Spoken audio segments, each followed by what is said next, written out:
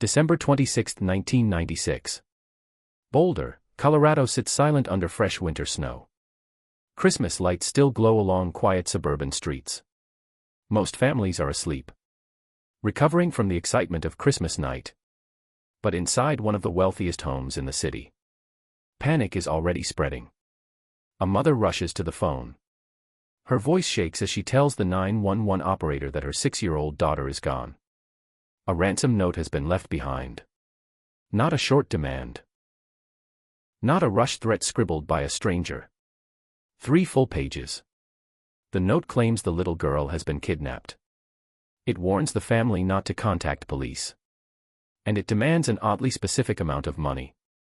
$118,000. The exact amount of John Ramsey's recent Christmas bonus. At first, it sounds like a kidnapping. But almost immediately, investigators notice things that don't make sense. The ransom note had not been brought into the home. It had been written inside the house itself, using paper and a pen that belonged to the Ramsey family. Downstairs, Christmas decorations still covered the rooms. Wrapped presents sat beneath the tree. Friends and family members moved through the house while police tried to understand what they were looking at. And without realizing it, the scene was already being contaminated. Still, investigators believed there was time. The note claimed the kidnappers would call later that morning. Officers waited for the phone to ring. But it never did. Because there was one horrifying possibility nobody inside that house wanted to consider. The child had never left the home at all. Hours later, inside a small basement room hidden deep within the house, John Ramsey would make a discovery that changed America forever. He found his daughter's body. JonBenét Ramsey was still wearing the white long-sleeve shirt she had worn to Christmas dinner the night before. What followed became one of the most scrutinized criminal investigations in modern American history. Beauty pageants, wealth, media obsession, fingerprints, DNA evidence, conflicting timelines, and theories that spiraled for decades. Some believed an intruder entered the home that night. Others believed the crime had been staged from the very beginning. And as investigators turned their attention toward the people inside the house, the case became even more disturbing. Was it a kidnapping gone wrong?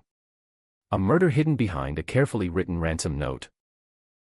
Or did critical mistakes in the first hours destroy the truth before detectives ever had the chance to uncover it? Nearly 30 years later, no one has ever been charged in the death of JonBenét Ramsey. Welcome back to Dark Case Files, where we go beyond the headlines to uncover the psychology, mystery, and human stories behind history's most haunting crimes. Before we continue, a brief warning. Today's case involves the death of a child. This episode contains discussions of violence, forensic evidence, and disturbing investigative details. As always, this story is being told using publicly available records, investigative reports, interviews, and documented evidence. And throughout this video, we approach the victim and her family with dignity and respect. To understand why this case still haunts millions of people nearly 30 years later, you first have to understand who JonBenét Ramsey was before the headlines took over her name. Before the television specials. Before the tabloid covers. Before one photograph of a smiling little girl became permanently burned into American culture. JonBenét Patricia Ramsey was born on August 6, 1990. She lived with her family in Boulder, Colorado, an affluent city resting against the foothills of the Rocky Mountains. Her father, John Ramsey, was a successful businessman and president of Access Graphics, a computer services company that had rapidly grown during the technology boom of the 1990s. Her mother, Patsy Ramsey, was a former beauty queen from West Virginia who had once competed in the Miss America pageant system. JonBenét also had an older brother, Burke Ramsey, who was 9 years old at the time of her death. To neighbors and friends, the Ramsey family appeared successful, polished, and deeply involved in their community. They attended social events. They traveled often. They celebrated holidays in elaborate ways. And during Christmas of 1996, their home looked almost unreal. Garlands wrapped around staircases. Decorated trees filled multiple rooms. Lights reflected off large windows facing the snowy streets outside. It looked like the kind of house people imagined when they thought about the perfect American Christmas. And at the center of it all was JonBenét. Friends described her as energetic, affectionate, and unusually outgoing for her age. She loved attention. Loved performing. Loved singing and dressing up. Home videos from the time show a little girl laughing, dancing, and smiling into cameras with almost endless energy. But there was another part of JonBenét's life that would later dominate media coverage across the country. Child beauty pageants. By age 6, JonBenét had participated in numerous local and regional pageants. She wore elaborate costumes, styled hair, makeup, crowns. And after her death, those images would become impossible to escape. Television networks replayed pageant footage constantly. Magazine covers printed the same glamorized photographs over and over again. Talk shows debated whether the pageants themselves revealed something dark about the family. Almost overnight, public perception split into two very different camps. Some people saw a happy little girl encouraged by parents who loved her. Others became fixated on the pageant world itself, questioning the makeup, the performances, and the pressure placed on children in those competitions. And somewhere in the middle of all that noise, the real child at the center of the case slowly began disappearing behind the image created by television. Because it's important to remember something here. Long before America turned her into a mystery, JonBenét Ramsey was simply a 6-year-old girl. A child who still played with toys. Still got excited for Christmas morning. Still fell asleep in the car after long evenings with family. And on December 25, 1996. That's exactly what she had been doing. Boulder, Colorado in the mid-1990s was considered one of the safest cities in America. An educated college town. Low violent crime rates. Expensive homes. Quiet neighborhoods. The kind of place where people often left doors unlocked without thinking twice about it. Residents described Boulder as peaceful. Predictable.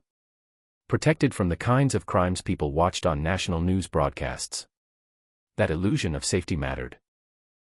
Because when the news of JonBenét's death broke, people struggled to understand how something so brutal could happen inside a home like the Ramseys. The Ramsey residence itself was enormous. More than 7,000 square feet. Multiple floors. Long hallways. Spiral staircases. Storage rooms. Basement areas that even some visitors reportedly didn't fully know existed. Investigators would later describe the home as confusing and difficult to process efficiently during the early stages of the investigation. And that detail would become incredibly important later. Because in the first critical hours of the case, police were trying to search what was essentially a maze. Christmas Day in 1996 had started normally for the Ramsey family. They spent the morning opening presents together inside the house. JonBenét reportedly received toys, clothes, and gifts she was excited about. Friends later described the family as being in good spirits throughout the day. That evening, the Ramseys attended a Christmas dinner party at the home of family friends. Photographs and witness accounts from that night describe a festive gathering filled with food, conversation, and children playing together while adults socialized. Nothing appeared unusual. No arguments. No obvious signs of tension. No indication that within hours, the family would become the center of one of the most infamous criminal investigations in American history. According to the Ramsey family's later statements, they left the party and returned home sometime around 9 p.m. John Ramsey reportedly carried JonBenét upstairs because she had fallen asleep in the car. Patsy Ramsey later said she changed her daughter into pajamas and put her to bed. Burke Ramsey remained awake for a while downstairs, according to later interviews. Then the house became quiet. Outside, Boulder remained covered in snow and Christmas lights. Families slept peacefully behind locked doors. And somewhere between that night and the following morning, something happened inside the Ramsey home that investigators still cannot fully explain. By sunrise, everything would change forever. Morning would eventually come for the Ramsey family. But before investigators, reporters, and television cameras transformed that house into a symbol of mystery, there was a family living inside it. And like most families, the truth was far more complicated than the public image people saw from the outside. John Ramsey was, by nearly every public measure, successful. Born in Nebraska and raised in Michigan, John had built a career in the technology industry during a time when the business world was rapidly changing. By the mid-1990s, he had become president of Access Graphics, a successful computer distribution company headquartered in Boulder. Friends and co-workers often described him as intelligent, disciplined, and controlled. A problem solver. The kind of executive who remained calm under pressure. But behind that professional success was also a life marked by personal loss and transition. Before marrying Patsy, John had already been married once and had older children from his previous marriage. One of his daughters, Beth Ramsey, had died in a car accident years earlier at the age of 22, a tragedy that reportedly devastated the family. People close to John later said the loss changed him permanently. That grief became part of the emotional history he carried into his second marriage and family life. To outsiders, however, John Ramsey projected stability. He flew private planes, attended business events, lived in one of Boulder's wealthiest neighborhoods. And in interviews following the murder, many viewers noticed the same thing investigators noticed early on. His ability to remain composed, even during enormous public scrutiny. Some interpreted that calmness as strength. Others found it unsettling. And in a case built almost entirely on interpretation and perception, that distinction would matter more than anyone realized. Patsy Ramsey brought a very different energy into the household. Where John often appeared reserved, Patsy was expressive, social, creative. Originally from West Virginia, Patsy had once competed in beauty pageants and won the title of Miss West Virginia in 1977. Friends described her as charismatic and deeply invested in appearances, celebrations, and creating memorable experiences for her family. Holiday decorating became an event in itself. Birthday parties were elaborate. Photos filled the home. And nowhere was that energy more visible than in JonBenét's pageant life. Patsy helped organize costumes, styled hair, prepared routines, traveled with her daughter to competitions. To supporters, it looked like a mother enthusiastically supporting a child who loved performing. Critics saw something very different. After JonBenét's death, Patsy became one of the most publicly scrutinized mothers in America. Television commentators dissected her interviews frame by frame. Her clothing, her makeup, her emotional reactions. Even the tone of her voice became the subject of national debate. But years before the murder investigation began, Patsy had already survived a battle that profoundly affected her life. In 1993, she was diagnosed with stage 4 ovarian cancer. Doctors reportedly gave her a grim prognosis. Friends later said the diagnosis brought the family closer together and intensified Patsy's emotional attachment to her children, especially JonBenét. Against difficult odds, Patsy survived. And after recovering, many people around her believed she became even more focused on family, appearances, traditions, and creating joyful memories. That context matters. Because after the murder, investigators and the public often reduced Patsy Ramsey to a single image, either grieving mother or possible suspect. But real people are rarely that simple. And neither was she. Then there was Burke Ramsey. 9 years old at the time of his sister's death. Unlike JonBenét, Burke appeared quieter and more reserved in public footage and interviews. Friends described him as intelligent, shy, and heavily interested in video games, toys, and building things. In family videos, the contrast between the siblings is noticeable. JonBenét often moved directly toward cameras and attention. Burke frequently stayed more in the background. After the murder, Burke's life changed permanently. As media attention intensified, speculation surrounding every member of the Ramsey household exploded across tabloids, television specials, books, and eventually internet forums. And over time, Burke himself became the target of enormous public suspicion and conspiracy theories. Despite the fact that he was a child. Years later, those accusations would lead to lawsuits and public controversy, especially after televised documentaries revisited theories about the case. But during Christmas of 1996, Burke Ramsey was simply a fourth-grade boy spending the holidays with his family. And like everyone else inside that house, his life would never return to normal after December 26. From the outside, the Ramseys appeared almost too perfect. A wealthy family. A large home.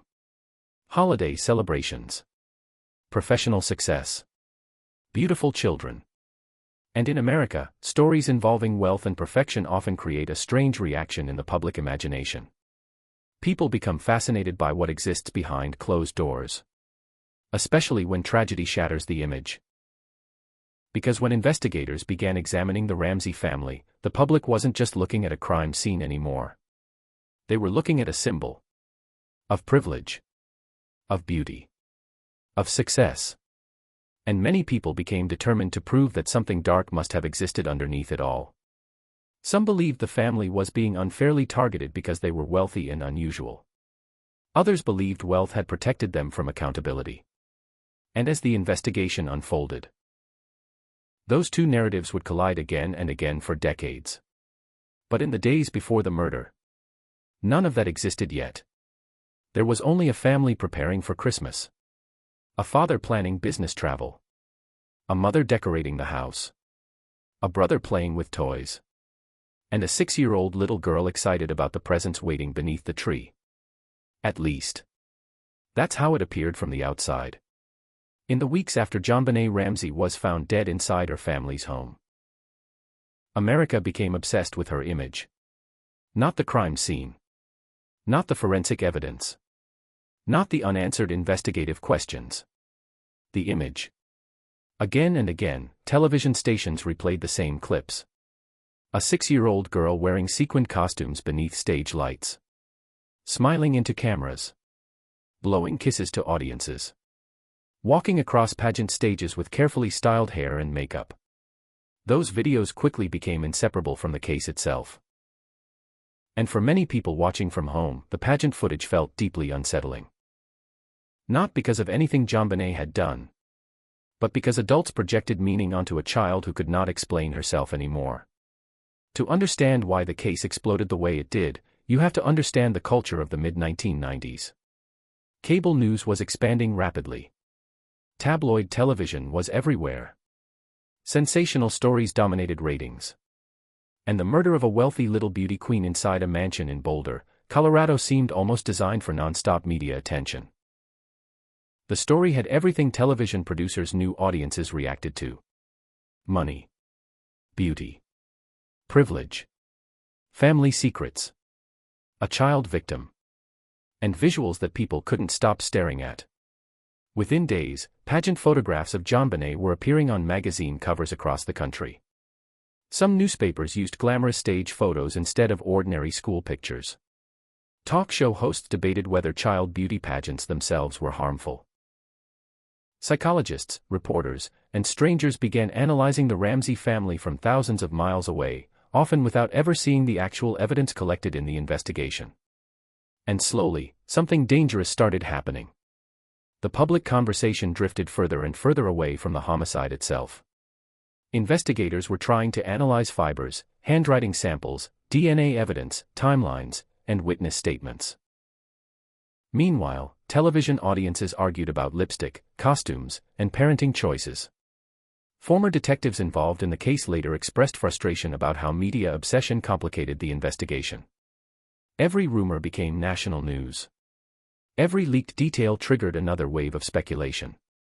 And because the pageant footage was so visually powerful, it began shaping emotional reactions before people even understood the facts of the case. For some viewers, JonBenét appeared older than her age in those performances. Not because she actually was older, but because adults interpreted her through an adult lens. That distinction matters. A 6-year-old child wearing stage makeup does not understand sexuality, public projection, or media symbolism the way adults do. But audiences watching from home often forgot that. People began attaching adult meaning to a child's appearance. A child's smile. A child's performance coached by adults around her. And once that happened, public empathy toward the victim became tangled with judgment toward the family. Especially toward Patsy Ramsey. Critics accused her of pushing JonBenét into a world they viewed as exploitative. Supporters argued the pageants were simply a hobby the child genuinely enjoyed. Friends of the family later said JonBenét loved performing, loved dressing up, loved attention and competition. And in truth, both things can exist at once. A child can enjoy something, while adults debate whether that world is healthy. But somewhere in the middle of those cultural arguments, an uncomfortable reality was often overshadowed. A little girl had been killed. And instead of focusing entirely on the violence done to her, much of the public became consumed by how she looked while she was alive. That psychological shift would shape the investigation for years. Because once a case becomes emotionally symbolic, people stop seeing evidence objectively. They begin seeing narratives instead. To some people, the pageant world represented hidden darkness beneath wealth and perfection. To others, the media reaction itself became the disturbing part, adults repeatedly broadcasting glamorized footage of a murdered child for ratings. And as the case grew bigger, stranger, and more chaotic, those images followed the investigation everywhere. Courtroom discussions, magazine covers, television reenactments, documentaries. Even decades later, many people first recognized JonBenét Ramsey not from ordinary childhood photos, but from pageant footage filmed under bright lights and heavy makeup. That's how powerful media framing can become. It can replace the memory of a real person with a permanent public image. Meanwhile, behind the cameras and headlines, detectives were still trying to answer the same basic question they had asked from the beginning. What actually happened inside that house on Christmas night in 1996? Because beneath all the speculation, all the media obsession, and all the cultural debate, someone had either entered the Ramsey home that night, or someone already inside it knew far more than they were saying.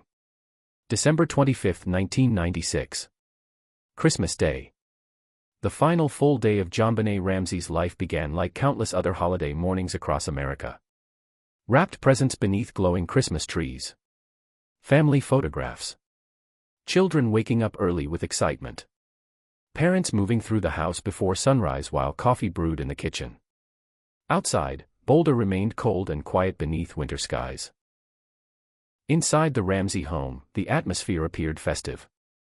Home videos and later witness accounts describe a family celebrating together throughout the morning. JonBenét reportedly opened gifts with her brother, Burke Ramsey. New toys filled the rooms. Boxes and wrapping paper scattered across the floor. Friends later said the family seemed happy that day. Relaxed. Busy with holiday plans. Nothing publicly known about Christmas morning suggested anything unusual or alarming. And that normalcy would later become one of the most haunting aspects of the case. Because when investigators reconstruct crimes like this, they often search for warning signs hidden inside ordinary moments. Arguments. Fear. Tension. Behavioral changes. But according to most accounts from people who interacted with the Ramseys that day, Christmas felt ordinary. As the afternoon approached, the family prepared to attend another holiday gathering. The Ramseys had been invited to a Christmas party hosted by family friends in Boulder. Like many wealthy social circles in the city at the time, holiday gatherings were common during Christmas week. Friends visited each other's homes. Children played together while adults talked, ate, and exchanged gifts.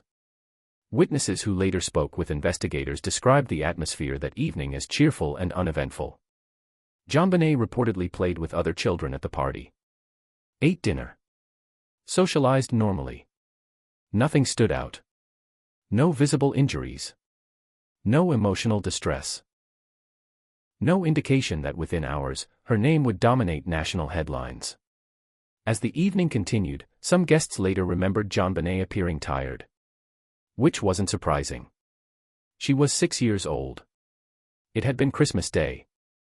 She had spent hours opening presents, visiting friends, and participating in holiday activities. Witnesses later told investigators she seemed quiet toward the end of the night, but still completely normal. That word appears repeatedly throughout this case. Normal.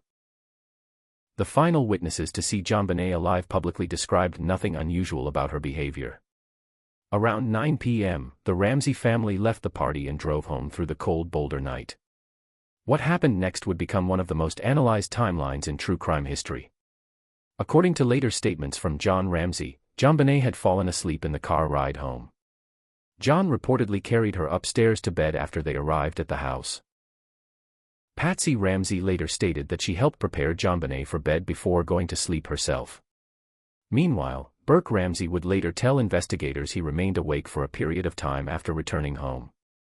According to Burke's later interviews, he stayed downstairs playing with toys, including a Christmas gift he had received earlier that day. At first glance, those details seemed unimportant. Tiny moments inside an ordinary family evening. A tired child asleep in the car. A brother playing with new toys after bedtime. Parents preparing for the next day's travel plans. But as investigators dug deeper into the case, those small details became enormous. Because when there are no witnesses, no confession, and no clear explanation for a crime scene, detectives begin examining minutes instead of hours. Actions instead of assumptions. And eventually, investigators became intensely focused on what exactly happened inside the Ramsey house after the family returned home that night. One object in particular would become strangely important. A bowl of pineapple found inside the kitchen. Photographs taken during the investigation showed a bowl containing pineapple pieces along with a spoon resting nearby on the table. Why did this matter? Because during the autopsy, medical examiners determined that JonBenét had partially digested pineapple in her stomach at the time of death. That meant she had eaten pineapple sometime after returning home. But according to public statements from the family, JonBenét had supposedly been asleep when they arrived at the house. Investigators immediately began trying to reconcile those timelines. Who prepared the pineapple? Who was awake? Who saw JonBenét after returning home? Fingerprint analysis later identified prints belonging to Patsy and Burke Ramsey on items connected to the bowl. But even that didn't provide clear answers. Because fingerprints on household objects inside a family kitchen are not unusual. Still, detectives kept returning to the pineapple. Not because the fruit itself solved the crime, but because it represented something larger. A possible contradiction. And in this case, contradictions became everything. Over time, investigators and the public would begin dissecting nearly every detail connected to those final hours. Who went to sleep first? Who stayed awake? Who moved through the house? Who remembered what? And the more interviews investigators conducted, the more inconsistencies seemed to emerge in different recollections of the night. Some were minor. The kind of inconsistencies common in traumatic situations. Others raised larger questions. Questions about timing. Questions about movement inside the home. Questions about whether every detail being told publicly was completely accurate. At the time, they seemed like tiny details. Later, they would become some of the most analyzed clues in America. Because somewhere between Christmas night and sunrise the next morning, the timeline breaks apart. And once it does, the mystery truly begins. The next known moment in the timeline begins just before dawn. December 26, 1996. Approximately 5:30 in the morning. The Ramsey house was still dark. Christmas decorations still glowed softly through the rooms from the night before. Outside, Boulder remained frozen and quiet. Inside the home, Patsy Ramsey says she woke up preparing for a family trip planned later that day. According to her account, she walked down the back staircase inside the house and noticed several pages lying on one of the steps. At first glance, it may have looked like an ordinary note. But when Patsy began reading the message, everything changed. The document claimed JonBenét had been kidnapped. And whoever wrote it did not sound rushed, or panicked, or even particularly concise. The note stretched across nearly 3 full pages. That detail alone stunned investigators. Most ransom notes in criminal cases are brief, direct, focused on instructions and money. This one was different. The writer referred to themselves as part of a small foreign faction. The note warned the Ramseys against contacting police or speaking to friends. It threatened violence if instructions were ignored. And buried inside the message was a strangely specific demand. $118,000. Not 100,000.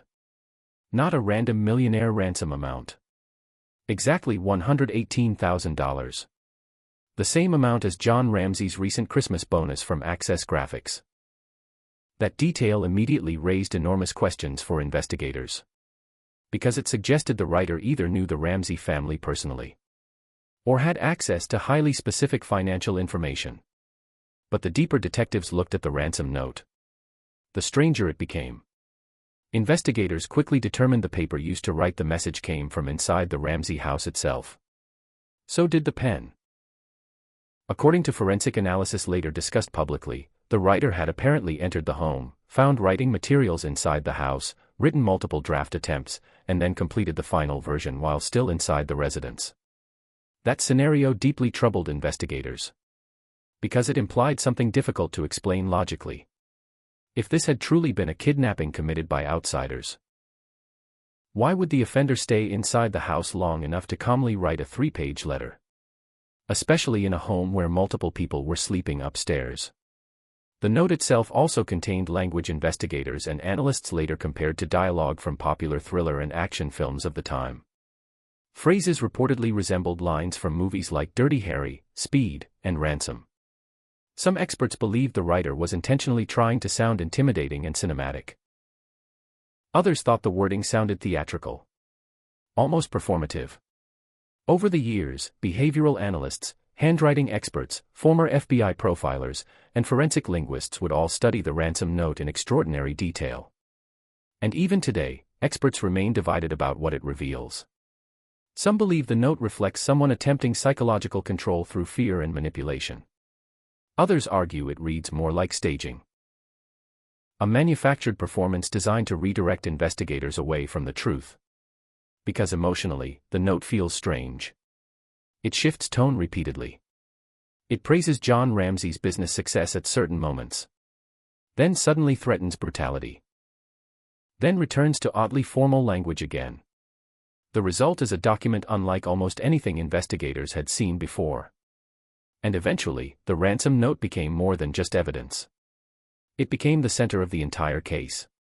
Handwriting analysts were brought in to compare samples from family members and possible suspects. Some experts believed Patsy Ramsey could not be eliminated as the writer. Others disagreed completely. No definitive conclusion was ever reached. And that uncertainty fueled decades of speculation. Because if the note had been written by someone inside the home, it could suggest staging. But if an intruder wrote it, then investigators were dealing with an offender comfortable enough to spend significant time moving through a large occupied house during the middle of the night. Both possibilities were disturbing. And neither explanation fully answered all the questions. The note instructed the Ramseys not to contact police. It warned that JonBenét would be killed if authorities became involved. But according to the family's public statements, Patsy Ramsey called 911 almost immediately after reading it. At 5:52 a.m., the emergency call was placed. And within minutes, police officers were on their way to the Ramsey residence. At the time, it may have seemed like a desperate mother making the only decision she could think to make. But investigators would later examine almost every action taken that morning. The timing of the call. Who was contacted afterward? What was said? Who moved through the house? Who touched evidence? Because once detectives began reconstructing those first hours, they realized something devastating. The crime scene may have already been compromised before they even understood what kind of crime they were dealing with. And from that moment forward, the investigation would begin spiraling into confusion, contradiction, and chaos. At 5:52 a.m. on December 26, 1996, the silence inside the Ramsey home was broken by a 911 call that would later become one of the most analyzed emergency recordings in American history. The operator who answered that morning was veteran dispatcher Kimberly Archuleta. On the other end of the line was Patsy Ramsey. And from the very beginning of the call, panic filled her voice. She's 6 years old, and she's gone. Patsy's breathing sounded rapid. Her words stumbled over each other. At moments, she appeared almost unable to finish complete sentences. She told the dispatcher there was a ransom note, that her daughter had been kidnapped, that the note demanded money, The dispatcher tried to calm her down and gather basic information. What is your name? What is your address? How long has your daughter been missing? But according to later interviews, something about the call unsettled the dispatcher almost immediately. Not necessarily because of what Patsy said, but because of the emotional rhythm of the conversation itself. Years later, Archuleta would publicly describe feeling that something was off. And after the call ended, the recording became the subject of enormous controversy. Near the end of the call, Patsy appears to believe the line has disconnected. But according to later audio analysis conducted by various experts and investigators, faint voices may still be heard in the background for several seconds afterward. The audio is difficult to understand clearly. Even today, interpretations vary dramatically. Some analysts claim they could hear multiple voices in the room. Others believe they heard fragments of conversation involving Patsy, John Ramsey, and possibly Burke Ramsey. Some people believe the voices contradicted later public statements about Burke supposedly sleeping upstairs during the call. Others argued the recording was too distorted to draw reliable conclusions from it all. But once the possibility of hidden dialogue entered public discussion, the tape became another obsession in an already spiraling investigation. For decades, television specials, documentaries, and amateur investigators would replay those final seconds repeatedly, enhancing the audio, slowing it down, trying to extract meaning from static and fragments. And like so much else in the Ramsey case, the interpretations often depended on what people already believed before listening. Within minutes of the call, Boulder police dispatched officers to the Ramsey home. At approximately 5:59 a.m., Officer Rick French arrived at the residence on 15th Street. What he believed he was responding to was a kidnapping, not a homicide. That distinction would shape everything that followed. Because in the earliest stage of the investigation, police were not treating the house as an active murder scene. They believed there was still a chance JonBenét was alive somewhere outside the home. And under that assumption, certain procedures that might normally happen during a homicide investigation did not happen quickly enough. Officer French conducted an initial search of the residence.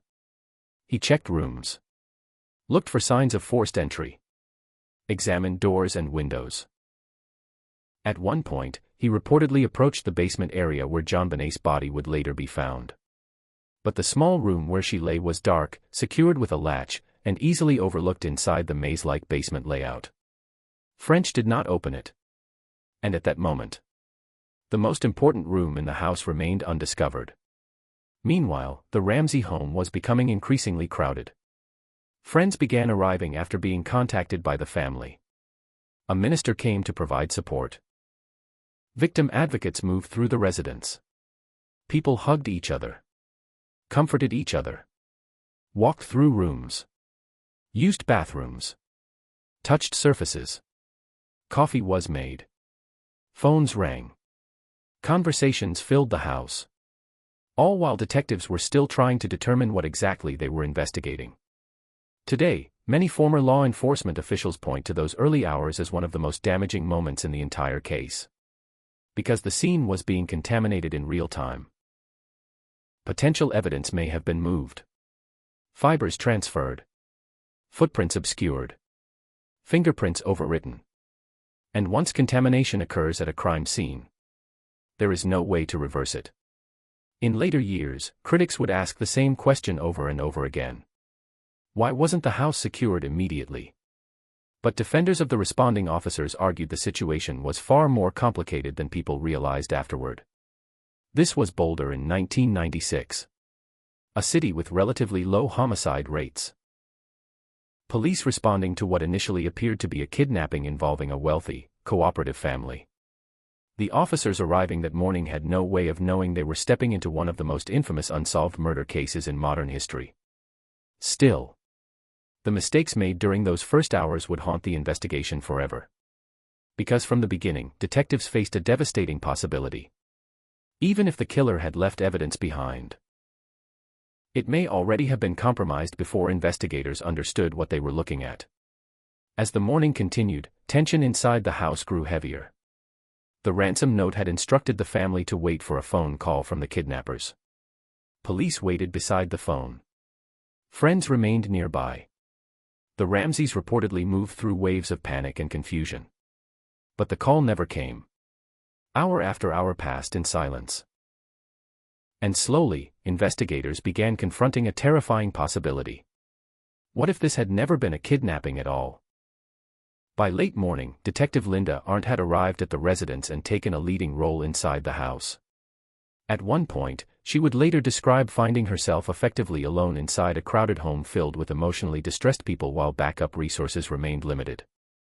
The situation was becoming increasingly unstable. And beneath everyone's feet, hidden somewhere inside that massive house, the truth was still waiting to be discovered. By late morning, the search inside the Ramsey home had intensified, but it was still disorganized, fragmented, and emotionally charged. At the center of that chaos was Detective Linda Arndt. Arndt later described the situation as unstable almost from the moment she fully took control of the scene. Multiple civilians were still inside the house. Friends of the family. A minister. Neighbors. Relatives. People were moving freely between rooms, talking, consoling each other, trying to make sense of what they believed was a kidnapping in progress. And all of it was happening inside what would later be understood as a potential homicide scene. Arndt was, by her own later accounts, largely alone in managing the developing investigation for a critical stretch of time. Backup resources were limited. Communication was inconsistent. And the urgency of the situation was still being defined in real time. Because at that stage, no one had yet confirmed what had actually happened to JonBenét. As the hours passed, the house itself was searched again and again. Rooms were checked. Closets opened. Basement areas re-examined. Each search carried the same goal: find the missing child alive. But the most important space in the house had still not been fully cleared: the basement. Around 1 p.m., the investigation shifted in a way no one inside that house could have anticipated. John Ramsey and a family friend began another search of the basement area. By this point, the emotional tension inside the home was extreme. Hours of waiting. No ransom call. No progress. No clarity. Just silence. John Ramsey moved through the basement again, this time more deliberately, checking areas that had already been glanced at earlier in the morning. The basement was large, cluttered, and divided into multiple sections. Storage areas. Laundry space. Unfinished rooms. And at the far end of it, a small, isolated room that had been overlooked more than once. John Ramsey opened the door. Inside, the room was dim and confined. And in that moment, he found his daughter. JonBenét Ramsey was lying on the floor of the basement room. Still. Unresponsive. Covered partially with a blanket. The reality of what had happened inside the home became immediate and irreversible. This was no longer a missing child case. As investigators later documented, JonBenét's body showed several critical signs that changed the entire direction of the investigation. A piece of duct tape had been placed over her mouth. Her wrists appeared to have been bound. A garrote-like device had been used in the strangulation. There were also indications of head trauma. Severe enough that later medical examination would conclude it was a contributing factor in her death. The combination of injuries suggested a violent and deliberate act. Not an accidental death. Not a simple abduction gone wrong. But something far more complex. In that moment, everything inside the house shifted. The assumption of kidnapping collapsed instantly. The search for a missing child ended. And the investigation into a homicide began. But what happened next would later become one of the most controversial decisions in the entire case. Because instead of preserving the scene exactly as it was found, John Ramsey lifted his daughter's body from the basement and carried her upstairs. That single action would be debated for decades.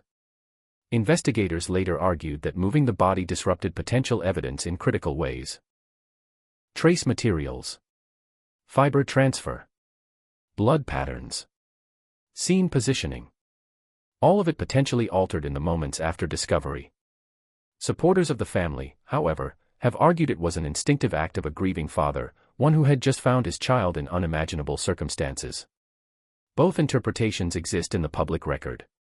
But what cannot be disputed is the impact it had on the investigation. By the time law enforcement fully understood what they were dealing with, the crime scene had already been significantly altered. People had moved through the house. Objects had been handled. Rooms had been accessed repeatedly. And now the victim herself had been relocated. Detectives were no longer working with a controlled scene. They were working with a scene in motion, already shaped by emotion, confusion, and urgency. And that would make everything that followed significantly more complicated. Inside the Ramsey home, grief and shock overtook the investigation. Outside the house, the case was about to explode into national attention. But inside that basement room, the final hidden piece of the puzzle had already been found. And with it, the search for answers was only just beginning. The discovery of JonBenét Ramsey's body triggered an immediate shift in the investigation. What had begun as a suspected kidnapping was now formally treated as a homicide. And within hours, forensic teams were brought in to begin documenting the evidence that remained inside the home. The findings would become the foundation of one of the most debated cold cases in American history. The official autopsy later determined that JonBenét Ramsey died from a combination of strangulation and head trauma. The skull fracture was severe. Medical examiners described it as consistent with a forceful impact to the head, significant enough to have caused serious internal injury. In addition to the head trauma, investigators noted evidence of ligature strangulation. A garrote-like device had been constructed using cord and part of a paintbrush handle, which had been broken and repurposed. This detail immediately stood out to forensic experts, because it suggested planning, construction, and deliberate application of force. Not a spontaneous act, but something that required time and intention. The cause of death was officially ruled homicide. But the method raised more questions than answers, because certain elements of the crime scene did not fit neatly together. And very early on, investigators found themselves facing conflicting interpretations of what they were seeing. One of the most controversial findings came from trace DNA testing. During forensic examination, unknown male DNA was later identified in JonBenét's underwear. This discovery immediately complicated the direction of the investigation, because it introduced the possibility of an unidentified third party being present at the scene. Someone whose identity was not immediately known to investigators. But the interpretation of this DNA evidence would become one of the most heavily disputed aspects of the entire case. Some experts argued it pointed toward an intruder. Others cautioned that trace DNA alone could not establish guilt, presence at the time of death, or direct involvement in the crime. And so, instead of resolving the case, it deepened the divide. From this point forward, three main theories began to form inside investigative circles and public discussion. An intruder, a family-related incident, or a staged scenario following an accidental death or unexpected event inside the home. Each theory attempted to explain the same physical evidence, but none of them could fully account for everything at once.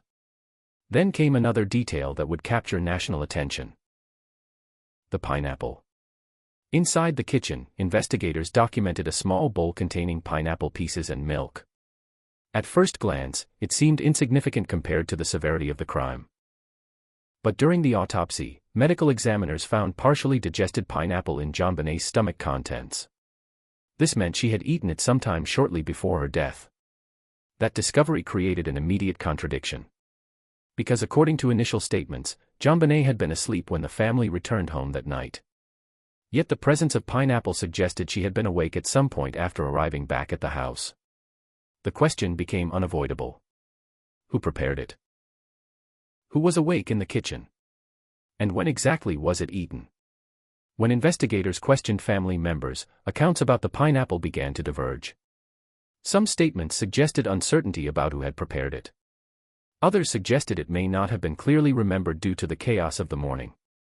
But in the absence of a definitive answer, the detail became a focal point for investigators trying to reconstruct the final hours of the night. Not because pineapple itself mattered, but because timing mattered. And in this case, timing was everything. As forensic analysis continued, even more contradictions emerged. There was no clear sign of forced entry into the home.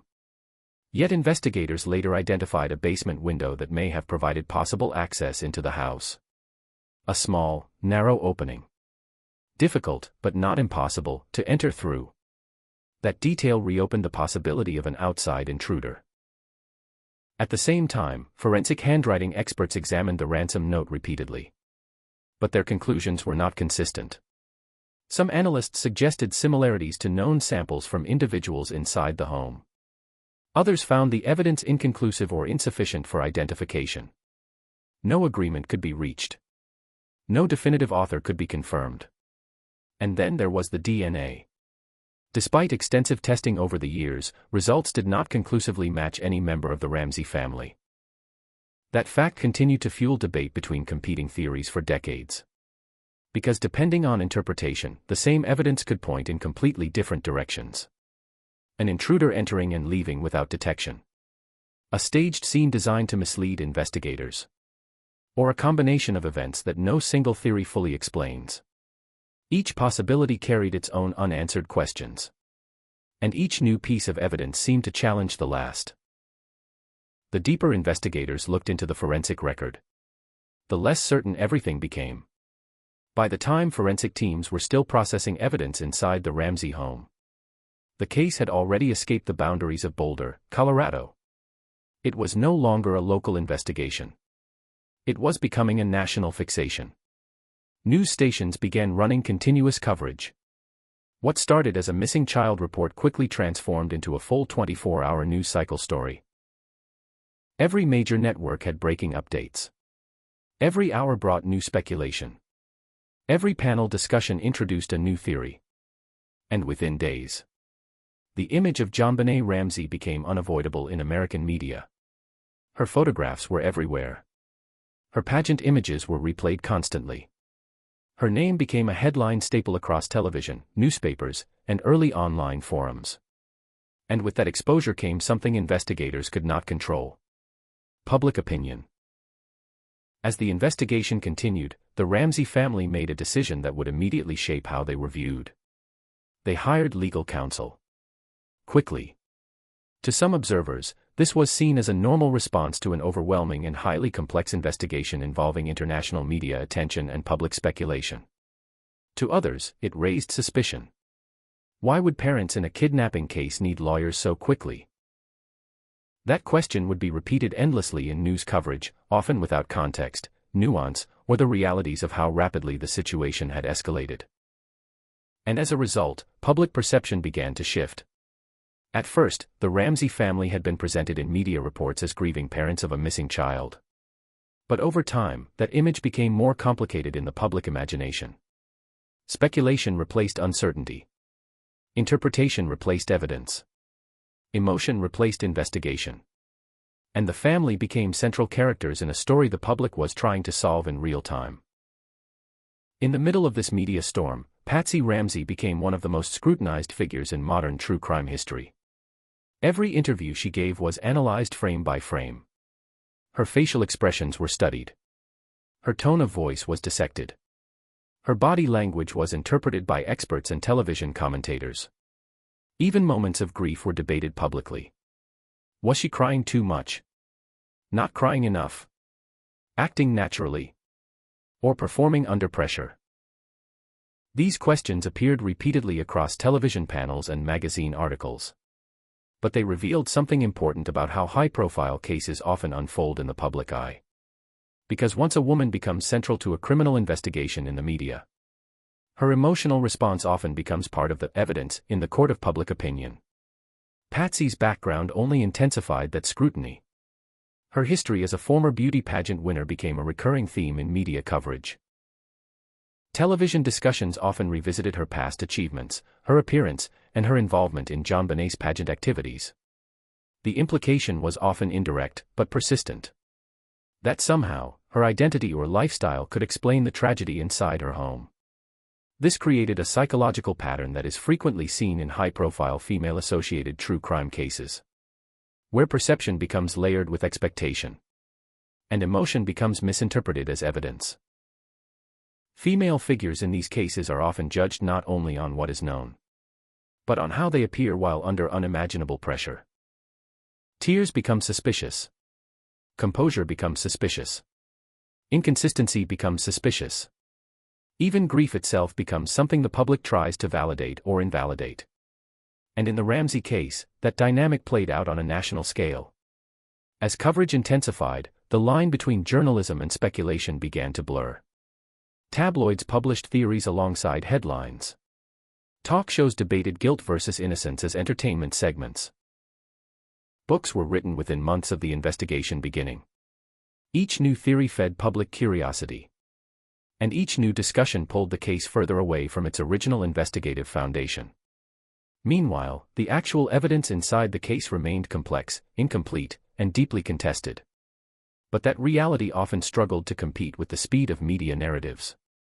By this point, the Ramsey family was no longer just dealing with an investigation. They were also dealing with public judgment on an unprecedented scale. Every photograph, every statement, every silence was being interpreted by millions of people watching from their homes. And in that environment, facts became harder to separate from perception. The tragedy of JonBenét Ramsey had already created one of the most complex investigations in American history. But the media explosion surrounding it added another layer entirely. One that shaped how the world saw the case. Long before any official conclusion was ever reached, investigators eventually began focusing closely on the people inside the home. And for many of them, the first and most logical theory was the family itself. The reasoning was based on several key observations made early in the investigation. The ransom note had been written inside the house. There was no clear sign of forced entry. Certain forensic traces were reportedly linked to clothing belonging to Patsy Ramsey. And behavioral analysis experts raised questions about inconsistencies in early statements. None of these points alone proved guilt. Years later, the case reached a critical legal moment. In 1999, a grand jury voted to indict John Ramsey and Patsy Ramsey on charges related to child abuse and placing JonBenét in a dangerous situation. However, the prosecutor chose not to proceed with charges, citing insufficient evidence to move forward in court. No trial followed. No conviction was made. But even within law enforcement, there was no unified conclusion. Because even investigators could not agree on what actually happened inside that house. Another theory that emerged over time focused on the possibility of an accidental event involving the child inside the home. Specifically, Burke Ramsey. Some investigators and independent theorists suggested a scenario in which an argument or accidental injury may have occurred between the children. In this version of events, JonBenét may have suffered an unintended injury inside the home, and the parents allegedly staged the kidnapping to protect their son and control the narrative. This theory attempts to explain several inconsistencies in the timeline and behavior within the house that morning. But it remains highly controversial.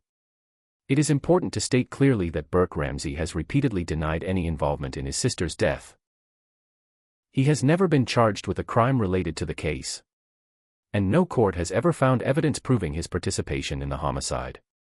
Over the years, multiple lawsuits were filed in response to public speculation and media accusations, highlighting the legal and ethical boundaries crossed in public discourse surrounding the case. Beyond the legal arguments, there is also a human reality often overlooked in this theory. A child's life was already lost. And another child, still only 9 years old at the time, was suddenly placed at the center of global speculation. Imagine being a child whose entire understanding of the world is shaped by school, family, and routine. And then waking up one day to discover that millions of strangers are discussing your possible involvement in your sister's death. Not in whispers. Not in private investigation files. But on television. In books. Across headlines. For decades. Psychologically, this type of sustained public suspicion can have long-term effects on identity, privacy, and emotional development, especially when the individual involved is a minor during the initial exposure. Even when accusations are unproven. Their repetition in public space can create a lasting shadow that is difficult to fully escape. And yet, despite years of speculation, there has never been a formal charge. Never a conviction. And no definitive legal conclusion linking Burke Ramsey to the crime. Which leaves the case where it has always been. Surrounded by theories. Divided by interpretation. And still missing a single, universally accepted truth. A third major theory has remained central to the case for decades: the possibility of an outside intruder. The idea suggests that someone entered the Ramsey home, committed the crime, and left without being detected. Supporters of this theory point to several pieces of evidence that have never been fully resolved. Unknown male DNA was found in JonBenét's clothing. A basement window may have provided a possible point of entry. An unidentified boot print was documented at the scene. And investigators noted that similar crimes involving young girls had been reported in other areas around that time, though no direct connection was ever confirmed. Over the years, multiple individuals were investigated under this theory. Local offenders with prior records, former employees connected to the area, and individuals who had shown unusual or obsessive interest in the case. Many were questioned. Some were thoroughly investigated. All were eventually cleared due to lack of evidence linking them to the crime. Then, in 2006, the case took another unexpected turn. A man named John Mark Carr was arrested after falsely confessing to involvement in the murder.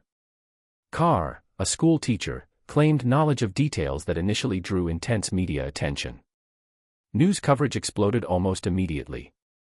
The idea of a breakthrough gripped the public once again. But within days, forensic testing and DNA analysis excluded him entirely. His confession was proven false. Once again, the case was thrown back into confusion. Another suspect. Another headline. Another dead end. And with each cycle, public frustration grew. Because instead of clarity, the investigation seemed to produce more questions than answers. A final layer in the case does not point to a suspect, but to the investigation itself. And whether it helped or harmed the search for truth remains heavily debated. From the beginning, there was tension between the Boulder Police Department and the District Attorney's Office. Both sides disagreed on how the case should be handled, what direction to prioritize, and how quickly conclusions should be drawn. At the same time, sensitive details from the investigation began leaking into the media, fueling speculation outside the official process.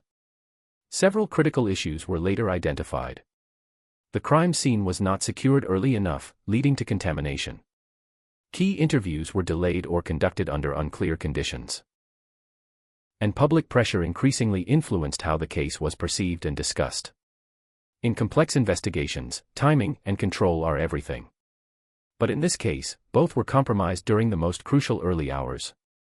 And that created a lasting problem, evidence that could no longer be interpreted with full certainty.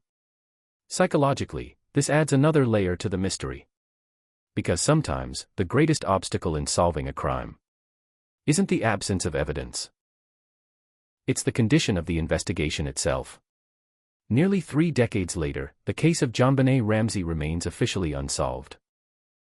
No one has ever been charged with her death.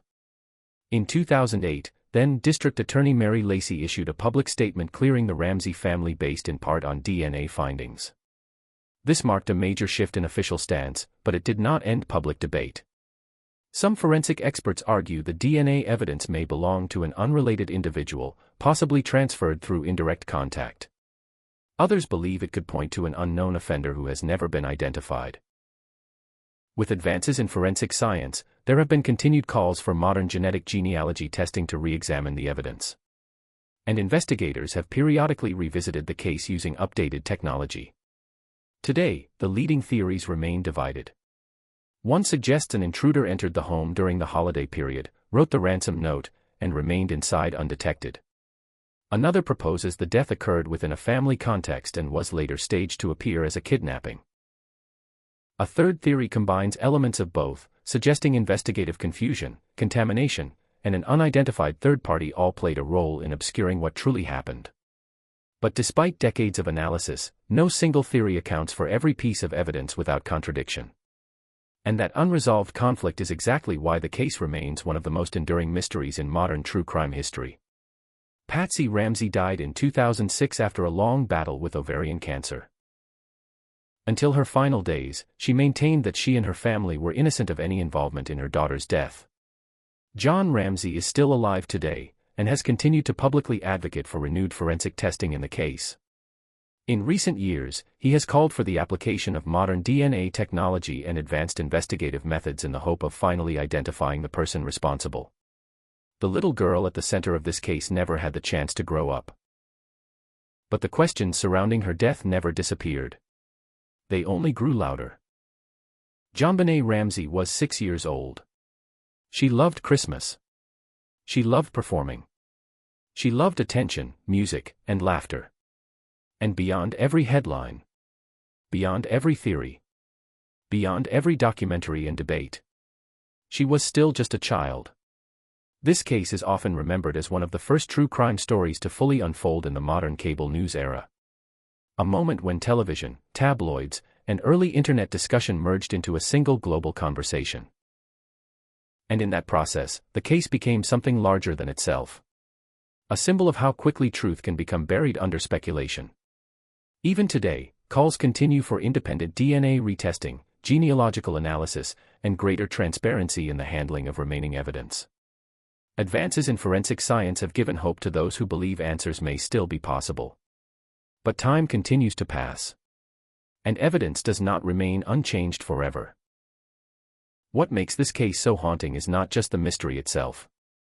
It is the possibility that the answer may have existed from the very beginning. Buried beneath early mistakes. Lost in assumptions. Distorted by noise. And never fully recovered. To this day, someone knows more than they have ever said. Before we close this case, there's one final layer that often gets overlooked. Because behind every theory, every headline, and every debate, there were real people living with the consequences. Patsy Ramsey passed away in 2006 after battling ovarian cancer. Until the end, she maintained her family's innocence and never stopped speaking about her daughter's case. And John Ramsey continues to this day to push for renewed DNA testing and modern forensic review, hoping science might finally bring clarity to a case that has remained unresolved for decades. At the center of it all was a 6-year-old girl. JonBenét Ramsey loved Christmas. She loved performing. She loved dressing up, laughter, and attention in the way only a child can. And somewhere along the way, her name became something the world argued about instead of remembered. If you followed this story all the way through, thank you for staying with it. Cases like this are heavy, but they matter because they remind us how fragile truth can become when time, media, and uncertainty collide. Now I want to ask you something directly. What theory do you believe best explains the evidence in this case? Was it an intruder? A tragic misunderstanding inside the home? Or something still hidden beneath decades of unanswered questions? Share your thoughts in the comments, but keep it respectful. Focus on facts, not accusations. And if you want more deeply researched true crime documentaries like this, make sure you subscribe to Dark Case Files. There are still many stories where the truth is buried deeper than the headlines ever showed. Until next time. Stay curious. Stay aware. And never ignore the details everyone else overlooks.